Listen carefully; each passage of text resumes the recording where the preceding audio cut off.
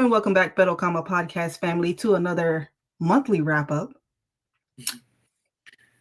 Sure, we'll go with that. Monthly wrap up. And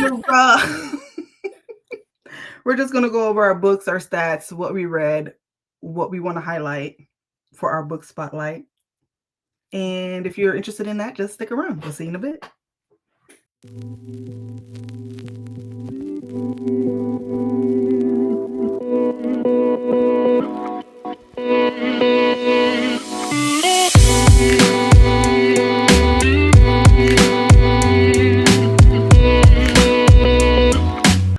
All right, so for the month of November, we're going to start with our stats. November was slow for me. I think what do you call it? What do you call it? The slump. Yeah, my slump kicked in. So we're going to start with Liz. Liz, let's hear your stats. So for this month, it was a weird month for me as well. I think it's just the fall months for us because I didn't want to read. I reread a lot of books. I have 9 books, but it was like I had to be like, okay, no, and they were audio. So you still did more than me. And I had to be like, okay, let me put something on. Very short books, like 2 hour, 3 hour. But it's like I didn't want to not that I didn't want to read. No, I didn't want to read. Yeah. I thought I wanted to read, but every time I would lock into a book or something, it just wasn't it for me. And not because the books were bad. Some of them, anyways, we'll get into that. Right. So I have 9 books this month, totaling 1,633 pages. My average time to finish was a day. But again, they were short books. My mood, the biggest one was lighthearted, and then it goes funny and dark. Yeah, dark seems to be a consistent contender when it comes to my mood. Pace, 56% fast, 44% medium. Average, 78% under 300 pages. All fiction this month. Top romance, then fantasy, and then sci-fi. I'm so proud of you. Thanks. These were all audio. I have to fix my story graph because it's saying there's a print. There was no print. It was all audio today. One of them was a Kindle Unlimited with audio. So my average rating was 3.97 stars. And those are my stats. Liz had 9 books. I had 6. Little books, though. And I bet you have more pages than me. And it's so funny because I had read something and somebody was like, you guys, it's Novella November. I don't know why you keep reading books and saying you don't want to read them. I was like, you what? You might have been on to something. Is that what it is? I was like, you might have been on to something. Yeah. I did that unknowingly. So I read a total of 6 books, 1,220 pages, and a total of 28.78 hours. It took me an average of 2 days to finish a book. My moods, my top 3 moods were all even, which are reflective, emotional, and adventurous. I don't know what that was. 25% fast, 25% slow, 50% medium.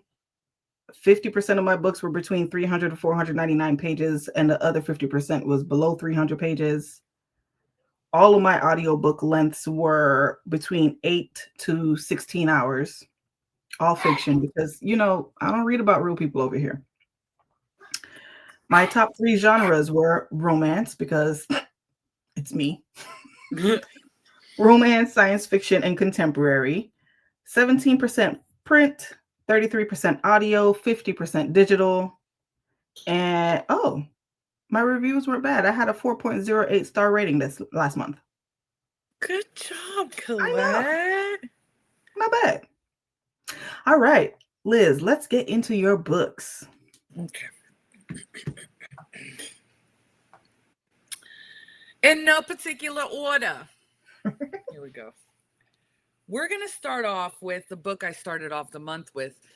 And I think this kind of set the The tone tone. for my November.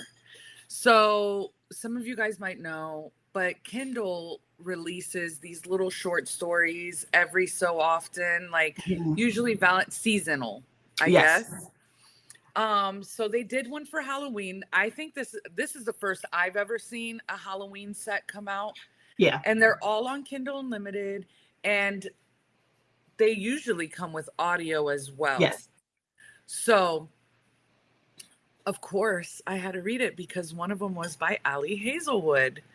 Not read it, listen. And it was Hot for Slayer by Ali Hazelwood, Scared Sexy, number one. It's part of this, it's a Scared Sexy Mhm. little group of books. I gave it 3.5 stars. I did not like the narration.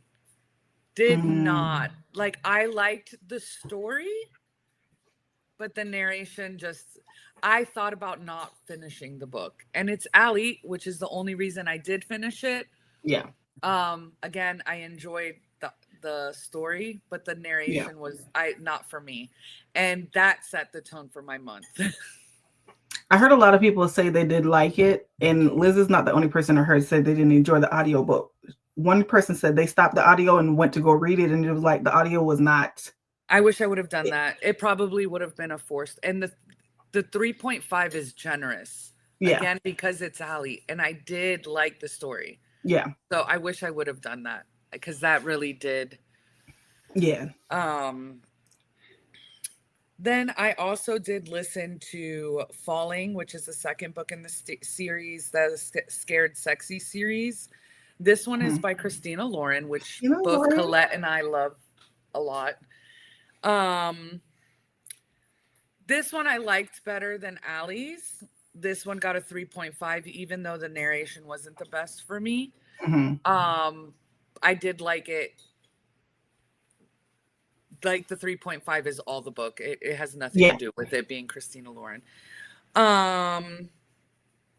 Then I listened to a Collette recommendation.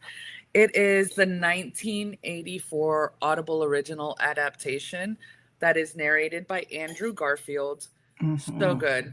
So good. I give it 4.5 stars. I enjoyed it. I want to read the original book because I didn't even know. I just went on.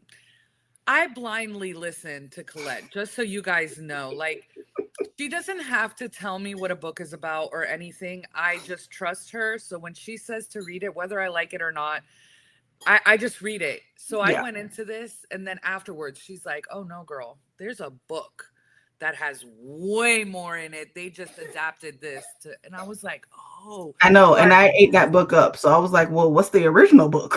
yes. So good.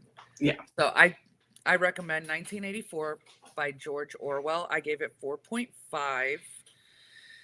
Then I went into another audiobook, romance. I don't know why I thought romance was where I needed to go this month.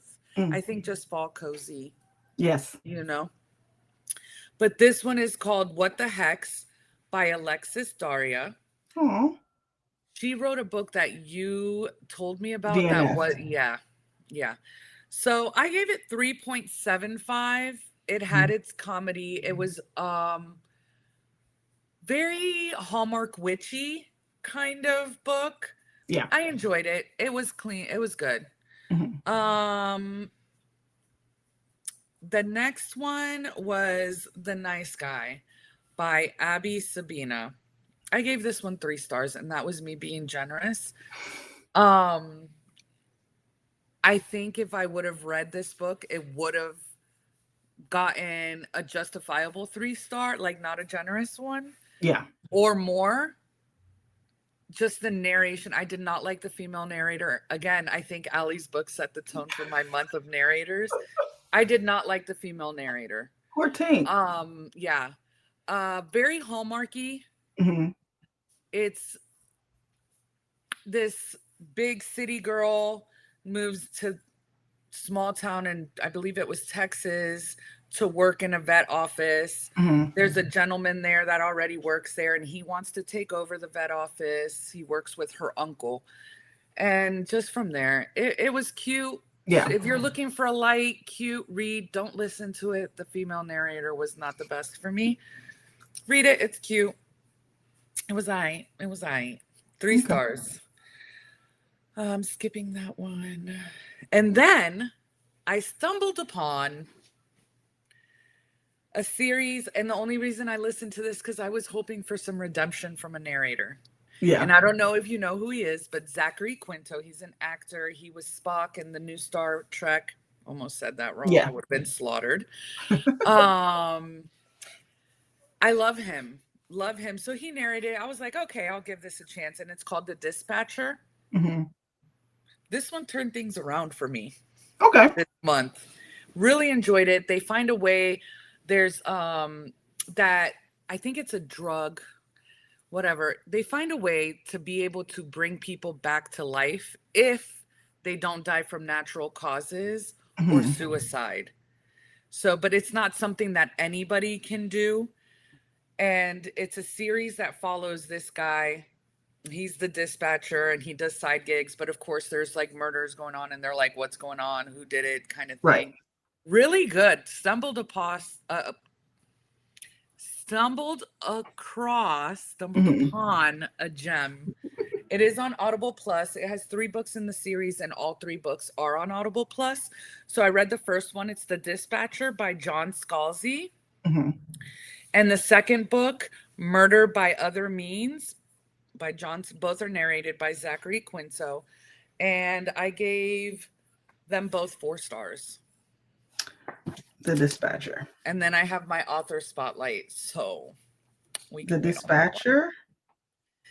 Yes, by John Scalzi. Scalzi.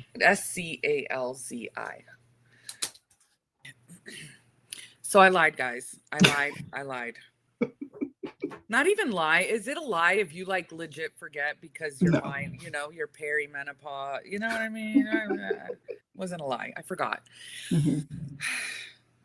The reason I forgot this book is because I wanted to save it for before my author spotlight because it was just that good because it was between this and the other book. Oh. Yeah.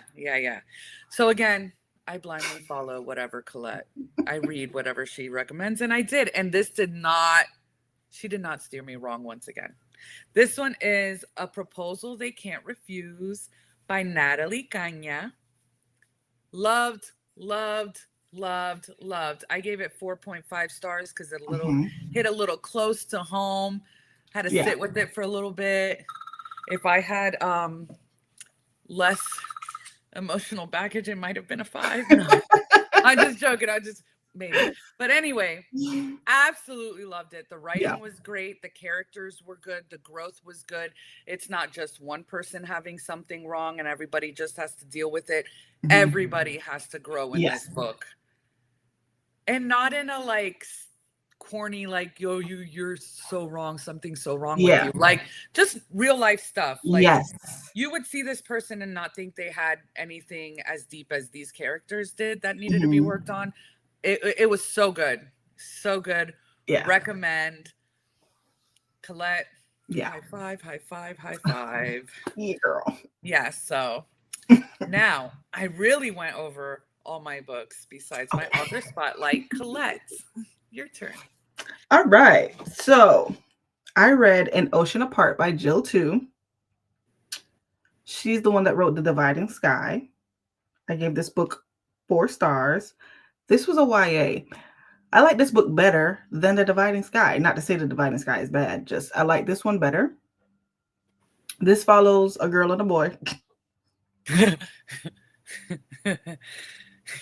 I really need to start writing down my stuff. Me too. Because I'm like, it's a guy at the vet office, main character. I believe her name is Edith. Anyways, child. So she grew up with this guy. She lives in Miami, first of all. So I was like, oh, I'm sold because a dystopian about Miami. I'm here for it. Florida native, but I'm from Miami. So here we go. And they have high sea levels. So everyone lives on like stilted homes. The homes have to be 15 feet in the air before you can build a house on it. Like that's how high the sea levels have risen.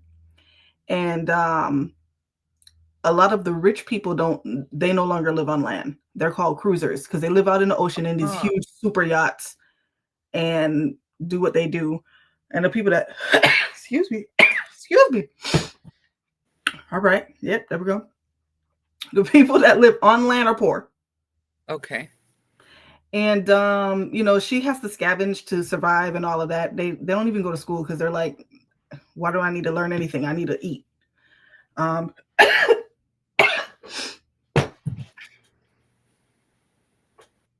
okay, I'm good. Um and so she grew up with her best friend Henry. Oh, look at that. I remember Henry's name. But what's the other people? I don't know. Um she grew up with her best friend Henry, and she formulates this plan. The Cruiser family, one of the elite Cruiser family, her name is Eden. Get it, The girl. Yeah, the Cruiser family, they are having a, what do you call it? Flavor of love type of competition Ew. for the heir apparent. And Okay. she's too poor. It's all the rich families, but people watch it. But she's too poor. So she gets in cahoots with this villain. It's not a villain, but they'd be like, give us free water or stuff like, like a Yeah. activist, I guess you would say. Hmm. And she gets in cahoots with them and they create a new identity for her and she goes and signs up for that competition. Of course Right. she does. Right. And then she meets the guy and she's like, oh, he's not as bad as he seems. I enjoyed it. I thought it was super cute. Okay. Next book is Me Before You by Jojo Moyes. I don't know how to pronounce her last name. I don't know if anyone has ever seen the movie that had Daenerys Targaryen in there. What's her real name? Amelia Clark. Thank you. Daenerys was in it. And with Finnick. What's his name? I don't know his name. He's Finnick Oh, to me. Yep. Finnick. So Daenerys and Finnick were together, and it follows Daenerys, and Daenerys goes, she loses her job at the cafe that she's been working at for 6 years. The family is like very strapped for money, so they were dependent on her because her dad had the company her dad was working for was going through like a, what do you call it, merger. Mm-hmm. And typically whenever you merge with another company, people start getting laid off and all that. So she ended up getting the job at the castle where she lives. It is a legit castle, but it's like a tourist location also. And she meets the guy, Finnick. And Finnick is a quadriplegic. And he's a dick. If I were her, I would have pushed him out the chair and be like, figure out how you gonna get back in the chair, ho. But that's just me. Like, he was a butthole. Like, when he came on the scene, I really didn't like him. And I don't care that you're a quadriplegic. You were rude. Mm-hmm. That's how bad it was. When you don't even care. So eventually they form a friendship and they gain feelings for each other. And there was a big to do because his whole thing was he had a great life before he became quadriplegic. And he wanted to do Dr. Kevorkian type stuff. And people thought it was weird. I think she addressed the situation really well, the author, because a lot of people do have their qualms about it and they feel like it's suicide or whatever be the case. But to have lived a life, you weren't born like this. You had a whole life for 35 years and now you're a quadriplegic. He's mad. He was jumping off canyons and doing skydiving. Like, he had this great life and he's like, I can't do that now. And he was like, yeah, I love you. You're a great person. I'm glad I met you in my latter years, but like, I can't live like this. He was like, I can't, if we were to have kids, I can't hold my child. I won't even know what it feels like to hold my child. You know what I mean? And I'm like, I never these are thought about all, that. yeah. Yeah. So he had his reasons why, and I can understand it, but he was depressed. And he was depressed before he met her. She helped with some of that, but he was overall depressed. I can't do anything. And it puts it into perspective. Okay, you're telling him you want him here, but that's for you. That's not for him. So are you going to be selfless and allow him to leave because that's what he wants to do? Or do you force him to stay and live a life that he is unhappy in just so that you have his presence? So it's a really good book. I give it 4 stars. I will not continue the series. I do want to let you know it is a trilogy. I don't care to read the rest of the series. That was enough for me. And they kept it pretty close to the movie, kept it pretty close to the book. So I do want to give that as well. That was actually good. The next book I read was Trial of the Sun Queen by Nisha Tooley. This was an audiobook. I gave it 3.75 stars. I will continue the series. My sister Melissa harassed me to read this book. Did no such thing. She gonna stick up for Melissa because she's a first child and she's a first child. And we both know Collette is the baby, so you know they're dramatic. Go ahead. This follows a girl. I don't know what that girl name is. Go ahead. You're doing better than me. Go. And this girl lives in a prison with her brother and her sister. And then she gets in a fight one day because this other girl that stole her soap. Like, if you can get a bar of soap, you're doing something, you know, because they live in a prison. And she stole her soap. So she whooped her ass. I'm with you when you're right. Because if you just let one person, they're just going to keep doing it. You got to stand your ground right away. So because she whooped her ass, they threw her in the hole. Now the hole is like 200. I don't know distance, so I'm not going to tell you 200 nothing. It's far away in the trees, damn it. It's in the trees somewhere. There's a deep hole. It's like, and then you can't crawl up the sides or anything, so they drop you in there. And then they literally have a contraption to take you out whenever your time is done. Yeah. It's insane. And one night it's raining and she can still hear like the prison. And she says that there's a riot and it starts raining and she's trying to climb out of it, but then the water starts to rise. And so she can't swim, but she's trying to like stay above it. This Fae come and gets her and he takes her to the kingdom, and then she has to go into a trial to win the king's heart. And she's like, oh my God, this king is actually really nice. He's not. He's a jerk. I knew it right off rip, but she didn't know it. And then she meets another Fae prince, and this Fae prince is a weirdo. I don't know. Let me rephrase this because I don't want anyone to take it the wrong way. He's not a weirdo. I don't know if this has autism rep, but to me, he seems autistic. Like, he's very 1, 2, 3, 4, 5, 6. That particular.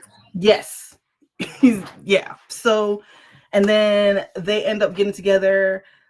They didn't get together, but you could tell they're going to get together. It's in the stars. You could see it. Okay. Yeah. And then when they find out that the king is crazy, like I told her at the beginning of the book, when she decided she wanted to have feelings for him and she didn't want to listen to me. Yeah, and then the man is crazy. He tries to kill everybody, and he's been killing off queens because he's trying to find the lost court, kind of like the Dust Court in Akatar. But she's a descendant of the Dust Court. And then the story ends. So I was like, oh, I see what you did there. That's a cliffhanger. I want to know what's going to happen. So I'm going to continue for that. Good. The next book I read was Paranormal Love from an Immortal Thug. Oh, I'm still on that.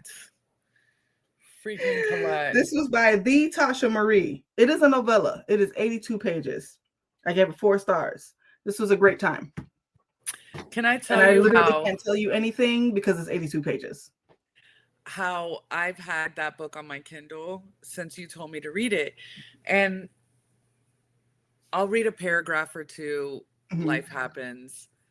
But I don't know how many times somebody in my family has seen my Kindle that shows the book cover. And they're like, what are you reading? Titi, babe, just stay off my shit. I will not. Collette told me to read it. I don't know. I don't even know yet. Collette told me to read it. I don't know. But it was actually super cute. I was telling Liz, She honestly could have turned that into a short story because it was only 82 pages. I was like, if she had fleshed it out a little bit more, it really could have extended to like 200 pages and just been a short story. I'm 56% in and I have questions, and not in a bad way. Yeah. Like, I just want to know more. So I Yes. agree with you. Yeah. And I'm only that far in. Yeah. And then my final book before we go into our book spotlight is Smitten by the Alien Saloon Owner. Here we go. I really don't know. I'm gonna jump on this train with her soon. So I just want to point out Ursa Dax is my most read author this year. I read 7 of her books. This is the last one that just came out November 25th. First of all, 7 within the last 3 months, Collette. Yes. Yes. Ate it up. This is the last one that just came out on November 25th. Again, her books are short stories. They're 230. I don't think any of them pass 260 pages. So it's not like, you know, this follows the saloon owner and a girl, you know, mail order bride. If you haven't been following us, I read these mail order bride books and they go there and they meet their little alien bays and they fall in love. It's great. That's it. So now we're going to go into our book spotlight.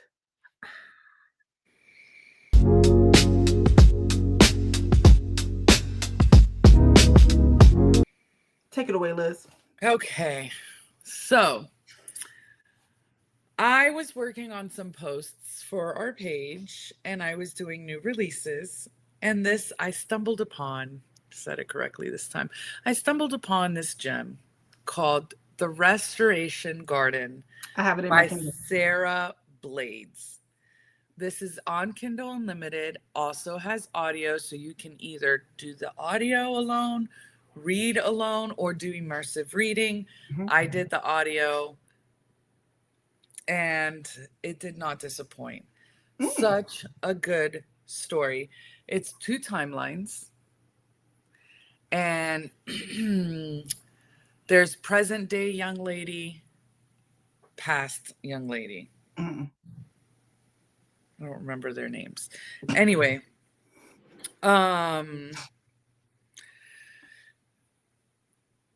present day, we have a single mom. She's not a single mom.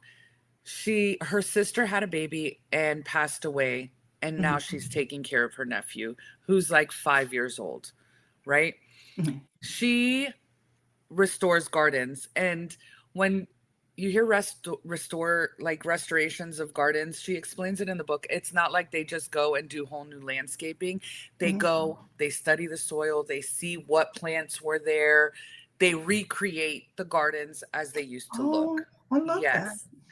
So she was working for this big time firm and had gotten her sister a job there because her sister was down on her luck. She did struggle with, addiction and stuff like that. So she got her sister a job there, and her sister ends up taking money from the firm and ends up getting fired. But the main character also loses her job. She finds this gig out in England where they want her to restore a garden. There's this lady who's dying. She's in her 90s. She's dying, and she just wants the garden to look as it looked pre-war. Back, during World War II, Nazis and all that. So that's present day. So she goes over with the kid. The godson, which is the main male character for present day, is the one that meets her. The sister was supposed to meet her, but she couldn't make it, whatever. He's kind of a dick at first. And he explains to her, like, oh, my godmother, this is her house. She grew up here. For some reason, now she wants to restore the garden or whatever. Yeah. Then we go back to past. So in the past, it's the godmother's storyline. Also, do not remember her name. Okay. It's not her storyline, but she's in that it's her time period. The storyline belongs to her stepsister or half sister. Yeah, so her half sister is here, and it's at a time during World War where the Nazis are going to start really attacking London. So her house, manor, I don't know what it's called. Like, think that the movie The Secret Garden, if you've ever read Yeah. it, or Chronicles of Narnia, during that time. So their manor, I'm going to call it that, they used it for the kids in other areas. The parents would send their kids here so that the kids would be safe while bombs were dropping and all that. And then once everything settled, the kids would go back. Okay. So the half sister is there because things got rough in America or whatever, and she was sent to go live with her dad. Okay. She doesn't believe that the war is like a real, is not how everybody's making it. It's not as bad as it is. Like, that's not even, there's no way they're going to bomb us and all this stuff. She's also very naive, obviously, to all of this stuff. She doesn't see eye to eye with her dad's new wife. They did get married kind of fast, but they were past lovers. Okay. The dad, they weren't, the girl's parents didn't want them together. The dad went to America and blah. Now he's an engineer. He's working on something that can turn the tide of the war. I don't remember exactly what it was, but it let them know like when German airplanes or something like that. So he's working on this. Now during one of the dinners, a nephew comes from the war with his friend. The main character in the past becomes friends with this boy. They end up running off and getting married. We go back to present tense. She's trying to figure out the garden. There's like this area that's special. I forgot what they're called. Basically, it's like one of those structures that there's no point to it other than for it to look pretty in a garden. Like a gazebo? Kind of like that. I don't remember the exact name of it, but I did have to look it up. So that plays a part in the end of the story. I know I'm. So is it magical or is it just following? There's no magic. Okay. There's no magic. Okay. There is romance, but like it's not a main plot. But I keep that up. I love the timeline. I'm telling you, I'm so mad at myself for not having this written in a good way because I'm butchering this. It was such a beautiful story. I did not expect one of the endings, because it is a dual storyline. I did not expect it to be that way, and the way that both timelines so like the Lost together. Apothecary. Yes. Okay. Yes. So much so. Yes. The way the timelines come together, it was just so beautifully written. She has another book that's out. I am going to read that one as well.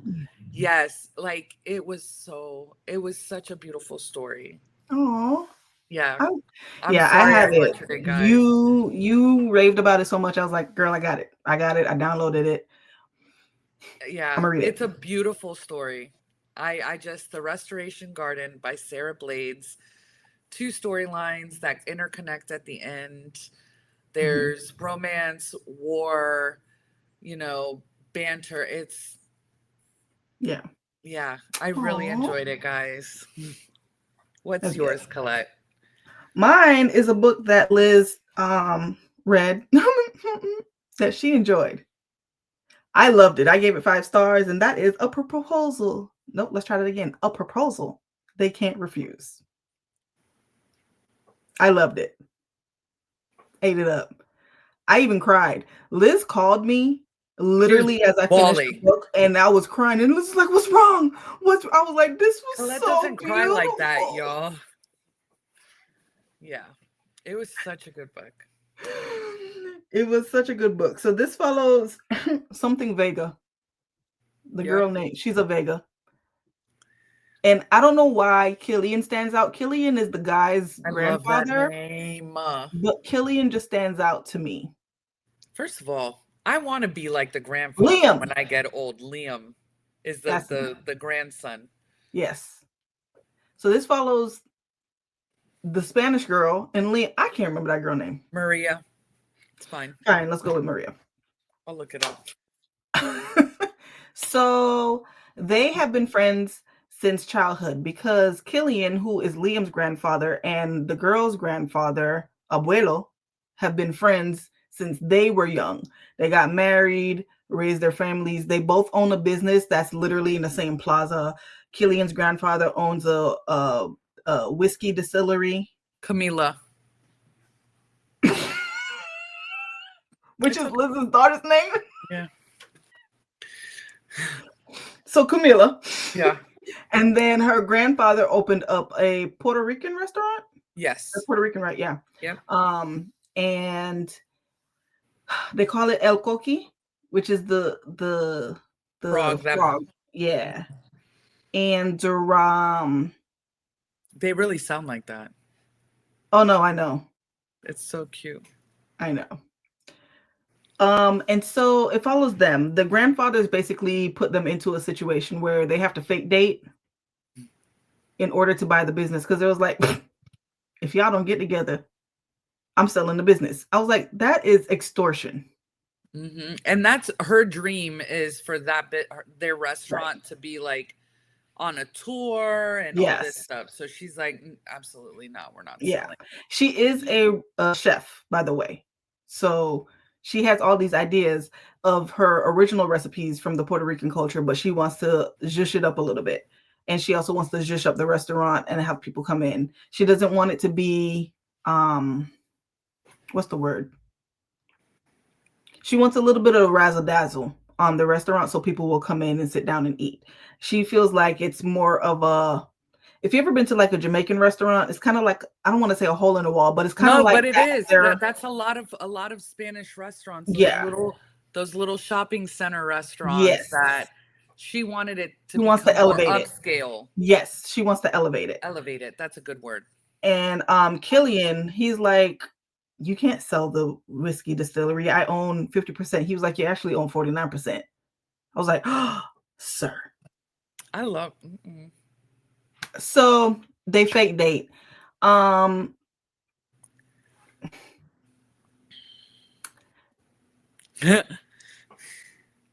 Their story is super cute. Killian has issues, and I don't want to say they're issues, but they're issues in regard to being left. He has like attachment issues, I guess you would say, or abandonment issues. Yes.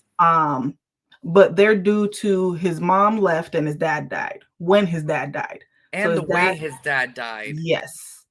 And for that, he doesn't like to get close. So remember, Camilla and Liam were like best of friends. And then after that, he just pushed everyone away because he was like, I don't want to deal with that ever again. And Camilla is very, what's the word? One-sided. Yes, one-sided, but she also uses her family as a crutch. So it kind of holds her back from progressing in life. Yep. She uses it to justify her fear. Like, correct. Oh, I can't do this because I have to be here for my family. Correct. Mm-hmm. And they discover what each other's issue is because they just understand each other. Even though they haven't talked that much, whenever there's a problem, like for instance, they always argue whenever they get around one another. One day she goes outside of the restaurant and she sees Liam eyes red and she's like, what's wrong? If you don't tell me, I'm calling your grandfather. Like, she's immediately wanting to figure out what's going on. So it's not like they don't care. They both care. They just can't communicate the way they need to communicate because of their issues. And it goes from there. I love their love story. Even though I don't like dating tropes, I feel like this dating trope was actually really well done because it wasn't them coming up with it. It was the grandfathers. But the grandfathers knew that they were good together. And I love that they were both had issues that they needed to deal with separately to be better for each other and to be better for themselves.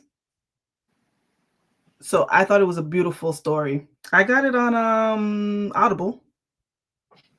It was on the 2-for-1 sale, as a matter of fact. Now I'm going to go read the other 2 books. Because are they on the 2-for-1? They don't have the 2-for-1 sale. It's over. Oh, they just. Oh. I know. Trash. So I do want to read the other books because, you know, she ends up losing her best friend in this story, but her best friend does get a book. So I want to see how that progresses because I literally had to side with the best friend. Like, no, No, completely. you And were she wrong. has she got some fine brothers I want to Yeah, know she about. does. I want Saint to gets the second book. That's the one that was cooking for her, Yeah, right? yeah, Yeah, I need to know about him. yeah. And then And the then the best other friend is in little the third one, book. the little one, the little skis. Yeah. But what made me cry at the end is the way that it happened, the way that I don't want to explain too much because I don't want to give it away. I want you to read it, but Liz knows what I'm talking about. How they addressed what happened with the grandfather and how the grandfather was conversing with everyone. Does that make sense? You know what I'm Yes. talking about? Yeah. I thought that was beautiful. And to see it from his perspective at the end, I was like, oh, I like that. Very well written. Very well written. And I don't read a lot of Hispanic authors, so No, this was good. yeah. If you have anything like that, recommend it. I need more of those. I love that. So yes, that was our book spotlight. So you guys, if you have read any of these books or plan to read any of these books, please let us know below. Let us know what book stole your breath away in the month of November. Yes, please. We need more TBR books. Always. As always, you guys, please like, share, subscribe, follow us on Instagram, TikTok, and Facebook. Oh, I lied. Wait a minute. I was on a roll. I'm back. We started a book club. Oh, yeah. So we're going to link our Facebook book club below. We plan to announce the books, read, and then we want to do a YouTube live at the end of the month to discuss said book so that you guys can participate. So we're going to link our page below so you guys can join, and we'll go from there. Yes. Starts in January. So, you still have the month of December to figure out everything else, But yeah, you guys, we will see you in our next video, y'all. Bye.